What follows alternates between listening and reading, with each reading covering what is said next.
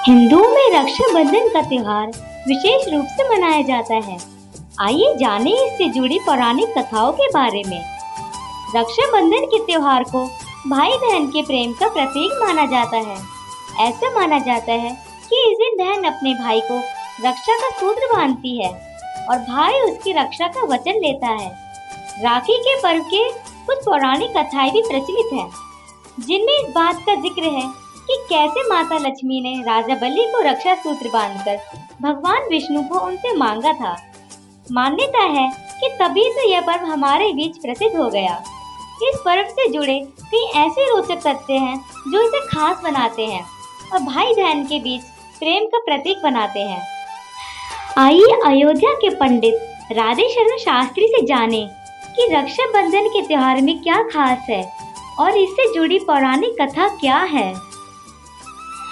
राजा बलि से जुड़ी रक्षाबंधन की कथा।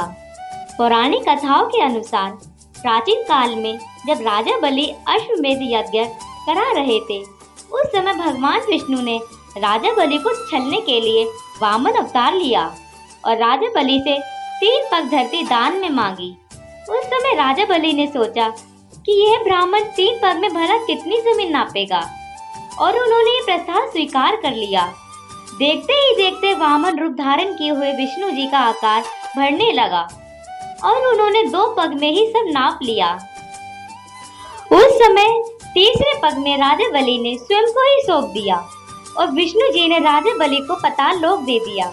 उस समय बलि ने भगवान विष्णु से एक वचन मांगा कि वो जब भी देखे तो सिर्फ विष्णु जी को ही देखे, और विष्णु जी ने तथास्तु कहकर वचन को पूर्ण कर दिया। अपने वचन के अनुसार भगवान ने तथास्तु कह दिया और पाताल लोक में रहने लगे। इस पर माता लक्ष्मी जी को अपने स्वामी विष्णु जी की चिंता होने लगी। उसी समय लक्ष्मी जी को देवर्षि ने एक सुझाव दिया, जिसमें उन्होंने कहा कि वो बलि को अपना भाई बना ले और अपने स्वामी को वापस ले आए। उसके बाद माता लक्ष्मी स्त्री का भेष धारण करके रोती हुई पाताल लोक पहुंची। इस पर राजा बलि ने उनके रोने का कारण पूछा। उनके पूछने पर लक्ष्मी जी ने कहा कि मेरा कोई भाई नहीं, इसलिए मैं अत्यंत दुखी हूँ। तब बलि ने कहा कि तुम मेरी धर्म बहन बन जाओ। इसके बाद लक्ष्मी जी ने राजा बलि को राखी बांधकर अपने स्वामी भगवान विष्णु को वापस मांग लिया। ऐसी मान्यता है कि उसी समय से रक्षाबंधन का त्योहार चलन में आया।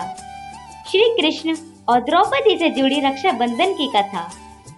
एक अन्य कथा के अनुसार श्री कृष्ण ने महाभारत में द्रौपदी को अपनी बहन के रूप में स्वीकार किया, और इसकी कथा के अनुसार भगवान श्री कृष्ण ने जब अपने सुदर्शन चक्र से शिशुपाल का वध किया, तब उनकी कनिष्ठा उंगली कट गई, जिससे भगवान कृष्ण की उंगली से रक्त की धार बहने लगी। उसी समय द्रौपदी ने अपनी साड़ी के चीर के एक टुकड़े को श्री कृष्ण की उंगली पर बांध दिया। इसके बाद से श्री कृष्ण ने द्रौपदी को अपनी बहन के रूप में स्वीकार किया और हर संकट की परिस्थिति में उनकी रक्षा करने का वचन दिया। उसी वचन की वजह से भरी सभा में श्री कृष्ण ने द्रौपदी को दुर्योधन के द्वारा चीरहरण होने से बचाया था। इस प्रकार रक्षाबंधन का त्योहार इन्हीं पौराणिक कथाओं की वजह से सदियों से चला आ रहा है और इसकी मान्यता बहुत खास है। जब से मेरी आँखों से हो गई तू दूर, तब से सारे जीवन के सपने हैं चूर। जब से मेरी आँखों से हो गई तू दूर, तब से सारे जीवन के सपने हैं चूर।